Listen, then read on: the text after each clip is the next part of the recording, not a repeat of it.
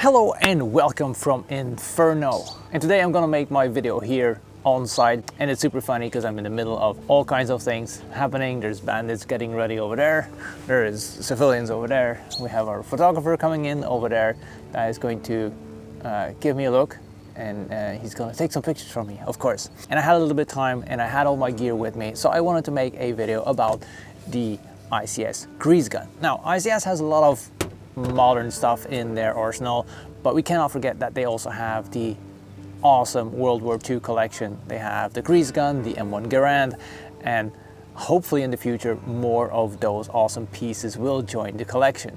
And when ICS asked me which rifle I wanted to try, they suggested me to get one of their modern rifles, but I asked for this beauty, because why? Well, just look at it. It is awesome in its simplicity. And in this video, I'm going to tell you why I chose the ICS greasegun and how I felt playing with it for a while now. Maybe start off with why I chose the greasegun and why I like this design. And the greasegun has been used from World War II to up to the Gulf War, and even a little bit later than the Gulf War. So if I want to run a Vietnam kit or a modern kit, this I can use for every faction, and especially with the accompanied bandolier with all the magazines, this can run with everything. And up to today, even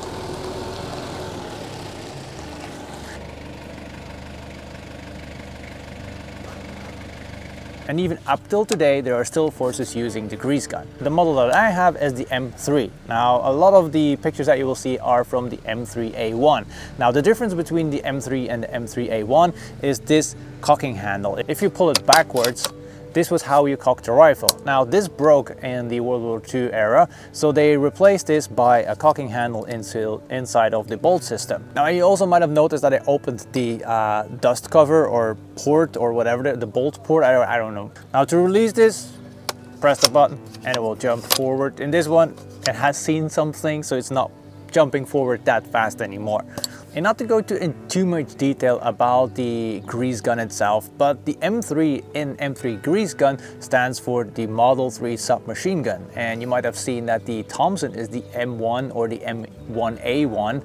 And then what happened to the M2? Well, there are some pictures, and there was a rifle that was designed to be the M2, but then they started developing the M3 that was so much cheaper, so much easier to produce, that they just stuck with the M3 and they didn't at all. Well, there was some models, but they didn't release the M2. They quickly switched to the M3. Now, and the ICS version of the M3 greasegun is an interesting one, because this is one of their older series of rifles, and I actually found a video where somebody's doing a review over this M3 greasegun, and he opens up the package and there is a DVD with some videos inside.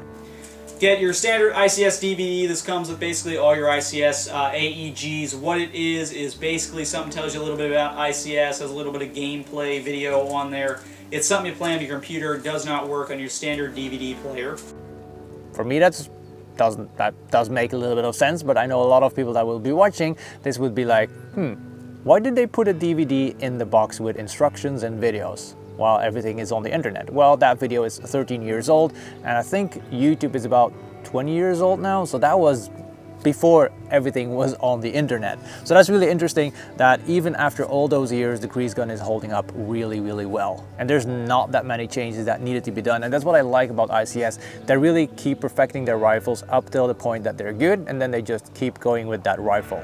And the greasegun in this is no exception, because it runs really, really nice for such a small gun.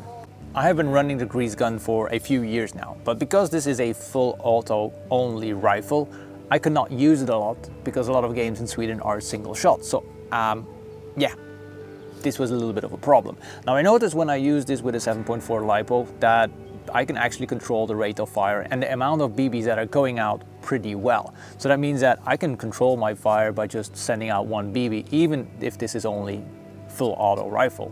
And because I use that 7.4 LiPo battery, it is really slow rate of fire. And that's the way that it should be on this little greasegun.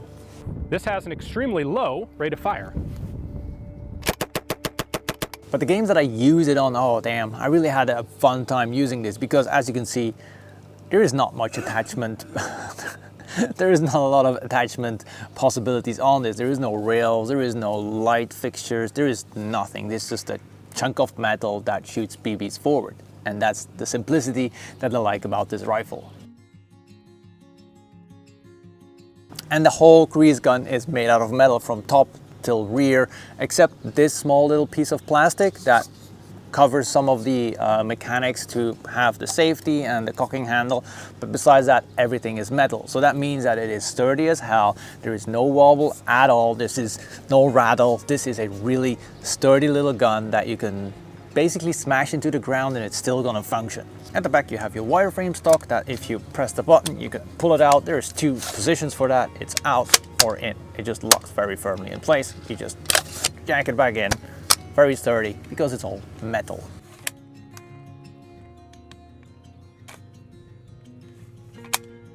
On the top of your rifle you have your iron sights, which is the peephole at the back, and which is your fin at the front, and in between you have your dust cover. Now in the front you have your cocking handle, your charging handle, or however you want to call it, and this charges, and it also reveals the hop-up unit in the front of the rifle. Now, if it is in this position, this is also your safety, so you cannot fire the rifle. This is your safety position. Now, to release the bolt or the catch or whatever you want to call it, you open it up and you press this little button, otherwise you will damage the stuff inside. So mine will not jump forward, but if it's new, it jumps forward pretty well. Now you press it in and then you move it forward, and you can see that this port is also closing down very nicely, protecting the hop-up unit from any dust coming in. The trigger and the trigger guard are a little bit interesting because I have very small hands and I don't even fit like my whole hand around the pistol grip. What I usually do is I have two fingers on the pistol grip and I shoot with my middle finger, and the top one, my pointy finger, is on top, and this makes it a lot more comfortable to use in games. And those are basically all the features on the outside. And one thing that I might add in the future, I want to have the big ass suppressor that you can see in a lot of I think the Delta operators are using the one with the long suppressor on it, and it just looks really nice. And then this little rifle suddenly becomes a very oversized submachine gun. But it's all about the looks for this one. You might have noticed, like I said, that there is no selector switch on the outside of the rifle. This is because it's a full auto only gun. You just pull the trigger, the motor starts turning, and BB starts going forward. And as said, this is one of the reasons why I couldn't use it that much, because it is a full auto gun. And then a lot of sites, they don't allow full auto guns, even though if you can control the burst of fire. Even though the rate of fire is super slow with this little rifle.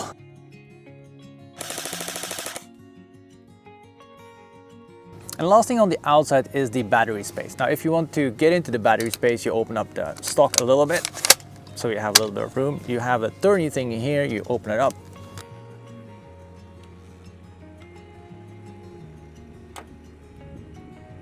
You remove it, and then your battery space is visible. Now, this only gives you room for a very small battery. I run a 600 milliamp battery in this, and this is about this big, and it just perfectly fit in this. Anything bigger will not be able to get the end screw back on. And that's one of the big disadvantages of this rifle, the small battery compartment, because the gearbox is taking up like this part of the rifle, and this is the only battery compartment that you have left to put the battery in. The 600 milliamp batteries, they fit perfectly in this small compartment.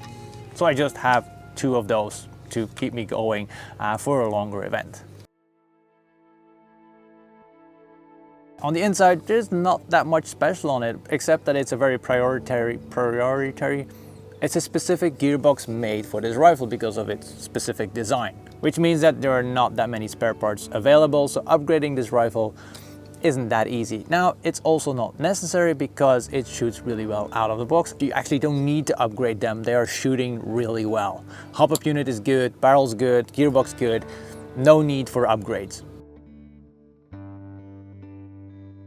Now in the box there is the grease gun itself, but you also get your magazine. Now the magazine that comes with the box is a high cap, and I'm not a fan of high cap magazines, so that's why I bought 4 low cap magazines. Now the ones that fit are the ICS low caps. They're perfect. They're metal, so this is kind of a heavy pack with full metal magazines, but that's nice, and if you add it into the rifle, it has a nice weight to it. So I don't use the high cap magazine, even though it works perfectly fine. If you want to run a high cap magazine, it will run perfectly for you. I'm just not a fan of high cap, so that is just in my closet. I'm not going to use it. One more thing about the magazines, those are specifically made for the M3 grease gun. That means that like the old the Sten gun, the MP40 magazines, they don't fit. You really need to go with the ICS grease gun magazines. All right, some numbers. Like I said, at the end of the video, we'll give you some numbers. Now, I've been telling that this is a small rifle, but with the stock extended, this is 75 centimeters, which is not small. It just looks kind of small. But with the stock inserted, it's about 60 centimeters long, which is, I don't like it. So if you want to use it, extend the stock, because the stock is in, as you can see, it is in the way of your, it's doable to use it, but the stock is really annoying to use it comfortably. So if you want to use it, you need to extend the stock. But if you just want to pack it and bring it with you, it is 60 centimeters long, so which is quite compact to put in your bag or your gun bag. Performance, it shoots about 1 joule, which is super nice for a submachine gun, and I want to use this in CQB, so 1 joule is perfect. And the ICS grease gun is one of those rifles that it is for you or it is not for you. And when I bring it to the games, I noticed that this is for a lot of people. People really love holding it, testing it, shooting it, and then they're like, oh, this is really nice. But running a game with it, it's not for everybody with limited amount of attachments you can put on it and the look and how it feels. It is not for everybody to use, but it is for me. And I love running the small little grease gun on CQB games. But running with this is awesome. And it's difficult to explain, but it is something with the simplicity and how it feels and how it runs makes this a rifle awesome to bring to games. And hopefully I will be able to bring it to a lot more games and run this with a variety of different kits. And I want to upgrade my kit to be able to take the long stick mags, because usually I'm running M4 mags, but with the stick mags I need to adjust my gear a little bit. So if I have my gear adjusted, I will be running this a lot more. Or if I have a vehicle in the future, this will be mounted somewhere in the vehicle because of its compact size. I do hope that ICS keeps improving and extending the range of their World War II rifles, because the M1 Garand and the M3 grease gun are really nice, rifles, and I hope they are going to extend that range of World War II rifles a little bit more. Now, thanks again on ICS for sending me this rifle for testing, and I will be testing it a little bit more. I will not make another video about this because this has been a few years that I've been testing this, but maybe if I have the suppressor on it and I have like the final form, I might make another video to just go over all the updates that I did, because I can make an update video about everything that I changed, but I basically didn't change anything. It is completely stock out of the box. I've been running it for over a few years now, and I still love it. So thank you for being here with me on my ICS grease gun journey, and I hope you enjoyed it. And if you did, don't forget to hit that like button. And if you want to see more videos about that, go to my website or subscribe to the channel to be kept up to date with all the new updates. But for now, I will be enjoying a little bit more of Inferno games that you can see behind me, and I will be making 1 or 2 more videos here in this setting, because it is a really nice setting to make airsoft videos. Thank you very much, and I'll see you in the next video very soon.